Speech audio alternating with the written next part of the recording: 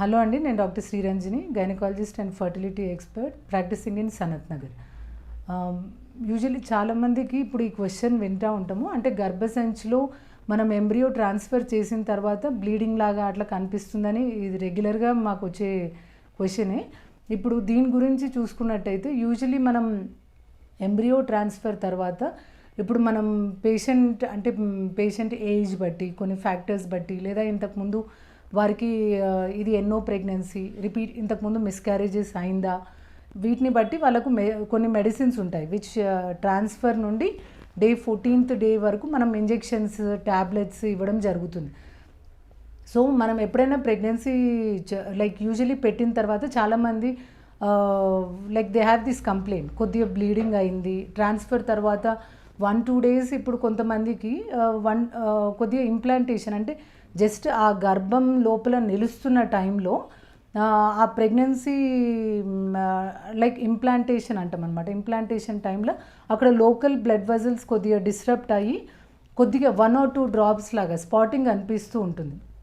So minimal bleeding అంటే 1-2 days just spotting లాగా అయితే పర్వాలేదు. దానికి కొద్దిగా మెడిసిన్స్ అంటే ఇమీడియట్గా వాళ్ళు మమ్మల్ని ఫోన్లో కన్సల్ట్ చేసినా దానికి ఇప్పుడు డుఫాస్టాన్ ఒక 3 times వేసుకోవడం, లేదా వాళ్ళు వాడే మెడిసిన్స్ చూసి ఇంకా దాంట్లో ఏమైనా మెడిసిన్స్ చేంజ్ చేసేటట్టు ఉన్నా లేదా ఏమైనా యాడ్ చేసేటట్టు ఉంటే సపోర్ట్కి వేరే ఎక్స్ట్రా మెడిసిన్స్ ఇవ్వడం జరుగుతుంది.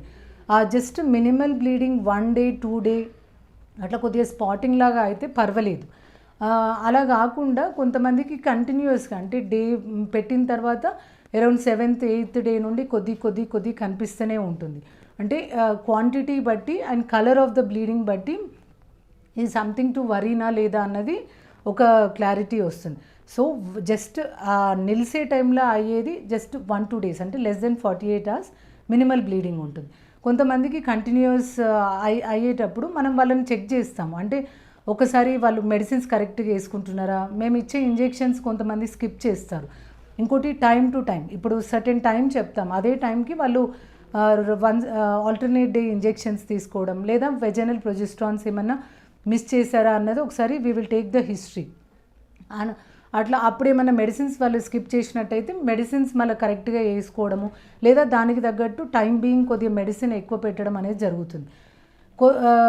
ఫ్యూ పీపుల్ ఇంప్లాంట్ అయినాక ఒక 10th to 12th డే సడన్గా ఇట్లా గర్భస్రావం లాగా అంటే ఎక్కువగా బ్లీడింగ్ అవ్వడం అయ్యి కూడా దట్ ఈజ్ నార్మల్, మేము డే 14 చెక్ చేసుకోమన్నాం కదా అన్నట్టు ఇంట్లో ఉంటారు. అలా కాకుండా ఇప్పుడు మోర్ ఎక్సెసివ్ బ్లీడింగ్ అంటే క్వాంటిటీ ఎక్కువ అవుతున్నా లేదా ఫ్రెష్ బ్లడ్ లాగా అవుతున్నా దాని అర్థం అది ఫెయిల్ అయినట్టు, అంటే గర్భం నిలవనట్టు.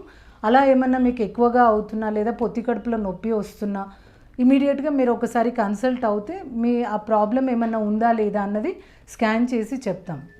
కొంతమందికి ఈ ఇంప్లాంటేషన్ అంటే గర్భం నిలుస్తుంది కానీ నిలవాల్సిన దగ్గర కాకుండా అబ్నార్మల్ ప్లేస్ అంటే గర్భాశయం బయట, గర్భసంచి లోపల కాకుండా బయట నిలుస్తుంది.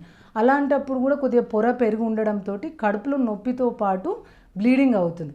సో ఎనీ బ్లీడింగ్ అంటే నార్మల్ కాకుండా ఏదన్నా అవుతున్నప్పుడు మీ ఫర్టిలిటీ ఎక్స్పర్ట్ని కన్సల్ట్ చేస్తే ఇది నార్మలా లేదా అన్నది మెడికేషన్ అంతా చెక్ చేసి మీరు రావాలా లేదా అన్నది చెప్తారు. Thank you.